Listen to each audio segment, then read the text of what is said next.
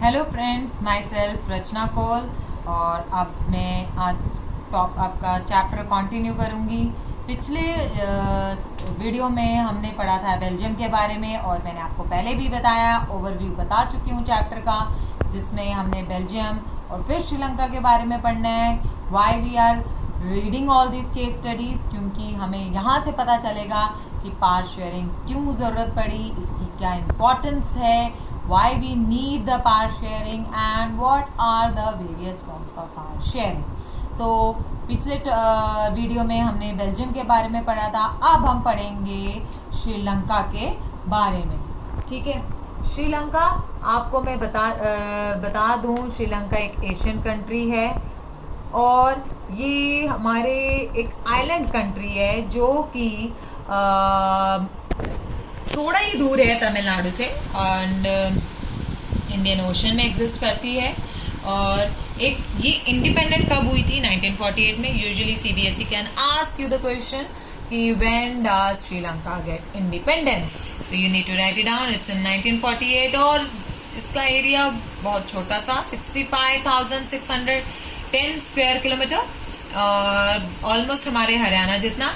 और इसकी पॉपुलेशन भी मतलब 2 crore, very less as compare to India. और capital, let me aware you class, इसकी कैपिटल कोलंबो नहीं रही, अब इसकी कैपिटल है श्री जयवर्धने पूरे कोते, जो कि एक फेमस पर्सनालिटी के नाम पे रखी गई है। यस, ये कोई महिला जयवर्धने के नाम पे नहीं रखी गई है। आपका दिमाग वहीं स्ट्राइक करा होगा, ऐसा कुछ नहीं है। एक और फेमस पर्सनालिटी है, सोशल एक्टिविस्ट हैं श्रीलंका के, उनके नाम पे इसकी कैपिटल रखी गई है। चलिए अब हम पढ़ेंगे एथनिक कंपोजिशन श्रीलंका का। क्लास मैंने पिछली वीडियो में आपको बताया था कॉन्सेप्ट ऑफ श्रीलंका कि श्रीलंका कॉन्सेप्ट ऑफ एथनिसिटी फिर से मैं आपको बता दूं। एथनिसिटी यानी एथनिक का मतलब है एथनिसिटी यानी एथनिक का मतलब है जब हमारी सोसाइटी डिवाइड हो जाती है, जब हमारी सोसाइटी डिवाइड हो जाती है on the basis of language, on the basis of culture, on the basis of races, caste, तब हम कहते हैं कि ये एथनिसिटी के बेसिस पे सोसाइटी डिवाइड है। जैसे हमने पिछली वीडियो में देखा था कि बेल्जियम की पॉपुलेशन किस बेसिस पे डिवाइड थी, कौन से लैंग्वेज स्पीकर की बेसिस पे डिवाइड थी। Similarly we will come to know about the ethnic composition of Sri Lanka here. Srilanka is a diverse social group, so diverse population with many social group. They have basically Sinhala speakers, they have Tamil speakers, and they have Christianity. Sinhala speakers are the Buddhist, and the Tamil speakers further divided into Sri Lankan Tamil and Indian Tamils. Christianity भी थी वहाँ पे, जो कि सिर्फ 7% थी। They are in minority, but Tamil speakers की बात करें तो ये ऑलमोस्ट 17% इन्होंने जो है श्रीलंका के पार्ट में थे। सिन्हाला स्पीकर की मेजॉरिटी थी with 74%। You can see the map of Sri Lanka over here and you can see that clearly seen there is a majority of the Sinhala speakers. अब यहाँ पे प्रॉब्लम्स क्या उठी? मेजॉरिटी सिन्हाला स्पीकर्स की थी, ऑब्वियसली ये लोग डोमिनेट कर रहे थे पूरी कंट्री को।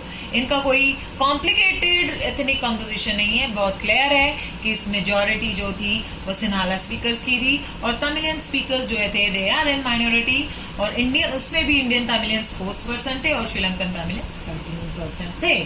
ठीक है, अब क्या हुआ था यहाँ पे? पूरी कंट्री को डोमिनेट कर रही थी सिन्हाला स्पीकर्स। तो यहाँ पे कॉन्सेप्ट आया मेजॉरिटेरियनिज्म का। Very important, again CBSE ask define majoritarianism in 1 mark question, or they can combine in a 5 marks question also. I will tell you how they combine it then later on, the moment when we complete the topic. Moreover, they can combine with the 3 mark also, they can combine with the 5 mark also. But the concept of majoritarianism, it usually be of 1 mark. So here we go. When the majority community dominate the minority by disregarding the wishes and the needs of minority, जब कोई majority community dominate करने लगती है किसी भी society को, किसी भी एरिया को, किसी भी कंट्री को, बिना माइनॉरिटी की कोई नीड्स, उनकी विशेस, उनके डिमांड्स को बिना सुने हम कहते हैं कि there is majoritarianism occurring. Is that clear to you? Basically, it's a process that the majority people dominate the minority people when they are more in number. अब हम देखेंगे ऐसा क्या हुआ, what were the reasons of unrest in the Sri Lanka, or you can say that what were the preferential policies of Sri Lanka, or you can say that what were the majoritarian measures adopted by the Sinhalese in Sri Lanka. Firstly, the Sinhala community was in the majority, so they formed the government. By disregarding, means they were in the majority, so they formed the government. By disregarding the minority population, that is of the Tamilians. बिल्कुल ही उनको Tamilians को बिना सुने बना ही उन्होंने अपनी government बना दी. चलो अब गवर्नमेंट बना दी है तो कम से कम माइनॉरिटी की बात तो सुन ले. बट माइनॉरिटी की बात वो सुना ही नहीं. उन्होंने बेसिकली क्या कर दिया, उन्होंने प्रेफरेंशियल पॉलिसीज बना दी जो कि टोटली सिन्हाला स्पीकर्स के फेवर में थी और अगेंस्ट थी वो तमिलियंस के. सिन्हाला स्पीकर्स कहते थे कि जो भी यूनिवर्सिटी पोजीशंस है या फिर गवर्नमेंट जॉब्स हैं वो सिर्फ और सिर्फ किनको मिलनी चाहिए, सिन्हाला स्पीकर्स को, तमिलियंस को नहीं मिलनी चाहिए. उन्होंने तमिलियंस की सारी बात जो है इग्नोर कर दी, कैंसिल कर दी, मानने से मना कर दिया. ठीक है. 1956 में इन्होंने ये प्रेफरेंशियल पॉलिसीज फॉलो की थी. मोर ओवर उन्होंने बना दिया था सिन्हाला को एक official language of the country bye ignoring the demands of the Tamilians. बिना तमिलियंस की बात सुने, बिना तमिलियंस का ओपिनियन लिए, उन्हें व्यू पॉइंट लिए, उन्होंने उनकी बात को माना नहीं और सिन्हाला को उसकी ऑफिशियल श्रीलंका की ऑफिशियल लैंग्वेज कंसिडर कर दिया. और दूसरी प्रेफरेंशियल पॉलिसी थी कि जितने भी यूनिवर्सिटी पोजीशंस थी और गवर्नमेंट जॉब्स थी वो सारे की सारा सिन्हाला स्पीकर्स के फेवर में थी. प्लस इन्होंने एक और चीज की थी, एक नई चीज की थी कि इन्होंने कहा कि बुद्धिज्म को ज्यादा से ज्यादा प्रमोट किया जाएगा. क्लास क्वेश्चन आता है, what were the preferential policies of the Sinhalas. Then you can write it down that firstly all the university and positions and the government jobs of Sri Lanka occupied by the Sinhala, only they can apply for that. Secondly, Sinhala was made an official language of the Sri Lanka. Thirdly, that they passed a new law which will protect and promote the Buddhism. Class जब ये policies, जब ये majoritarian measures adopt कर दिए थे सिन्हालीज ने, तो इसका क्या इम्पैक्ट पड़ा कंट्री पे. Let's see the impact. पहला इम्पैक्ट क्लास ये पड़ा, लोगों में एक बदले की भावना और फीलिंग ऑफ एलिनेशन आ गई उनके अंदर. वो बहुत डिप्रेस्ड होने लगे, उनमें अनोइंगनेस, एग्रेसिवनेस आ गई कि we have to fight for our rights. It's our country. Basically Sri Lankan Tamilians के अंदर बहुत ज्यादा गुस्सा था. उन्होंने बोला ये हमारी भी तो कंट्री है, ये क्यों अपनी ही बात चल रही है. चलो गवर्नमेंट बना दी but they should listen, there should भी, हमारा तो कल्चर ही डूब जाएगा.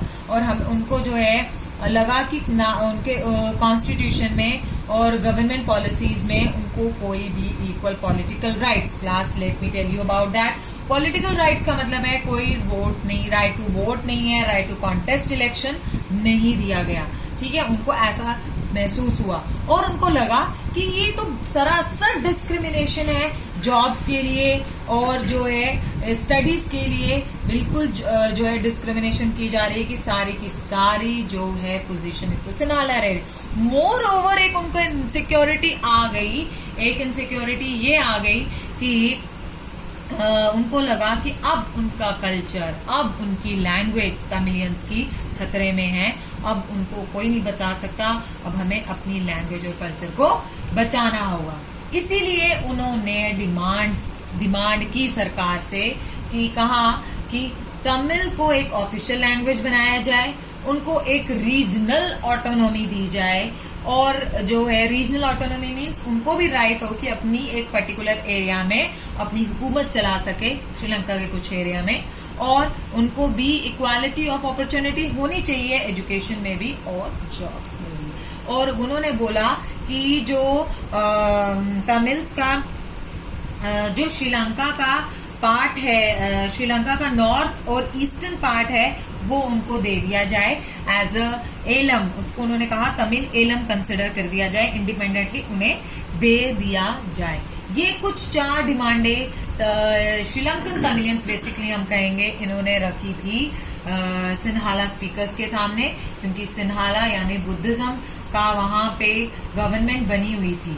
ठीक है, अब क्या हुआ कि अब शुरू हुई उनके बीच की, जब उनके उनकी डिमांड्स इग्नोर कर दी, उन्होंने उसको सुना नहीं, तो दोनों कम्युनिटीज, कौन सी 2 communities, Sri Lankan Tamilians plus Sinhala speakers के बीच जो एक डिस्ट्रस्ट शुरू हो गया, विश्वास टूटा उनका, और जो है उन्होंने उनकी जो डिमांड थी बार बार सरकार ठुकरा रही थी, और इनके बीच जो रिलेशन थे बहुत ही डेटोराइट होते जा रहे थे, बिगड़ते ही जा रहे थे, एक डिस्ट्रस्ट की कंडीशन बन चुकी थी, एक कॉन्फ्लिक्ट, एक बदले की भावना बन चुकी थी इनके बीच, और ये ले लिया एक बड़ा ही भयानक और अगली phase of the Sri Lanka, that is the civil war.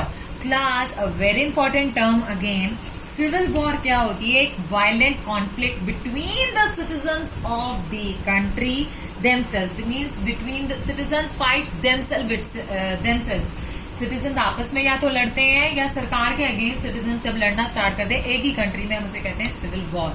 तो ये सिविल वॉर हुई, काफी देर तक ये सिविल वॉर चली, और इसका रिजल्ट क्या हुआ कि हजारों लोग जो है मर गए, दोनों कम्युनिटी से हजारों लोग, और कई लोगों को अपनी कंट्री को छोड़ के जाना पड़ा, कई रेफ्यूजीज बन गए। आप देख सकते हैं इंडिया में भी जब पार्टीशन हुआ था बहुत सारे लोग रेफ्यूजीज बन गए थे।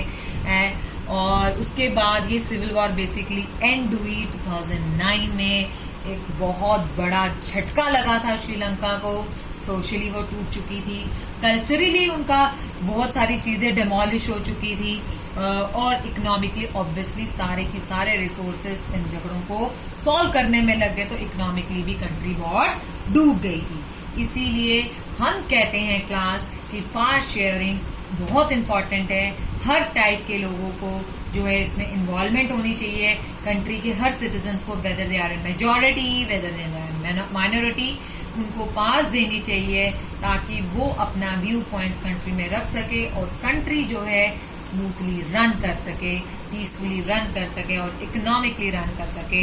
इसीलिए पावर शेयरिंग बहुत ही इम्पोर्टेंट पार्ट है कि श्रीलंका की तरह एक भयानक रूप न लेना पड़े किसी कंट्री को, इसीलिए हम कहते हैं power sharing is important. So class अब हमें ये पता लगा कि पावर शेयरिंग क्यों इतनी इम्पोर्टेंट है। हमने दोनों केस स्टडीज पढ़ ली, बेल्जियम और श्रीलंका।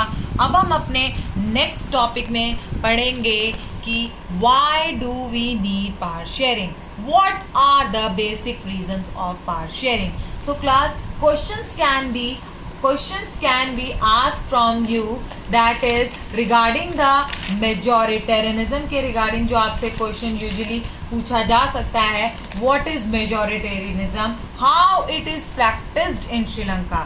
ये question CBSE के एग्जाम्स में आ चुका है, और the question can be asked like that, what majoritarian measures were taken in Sri Lanka to establish the Sinhala supremacy, or one more question can be asked, what were the consequences or impacts of majoritarian measures adopted to establish Sinhala dominance of the government। So class, you need to write it down, all these points which I have explained you.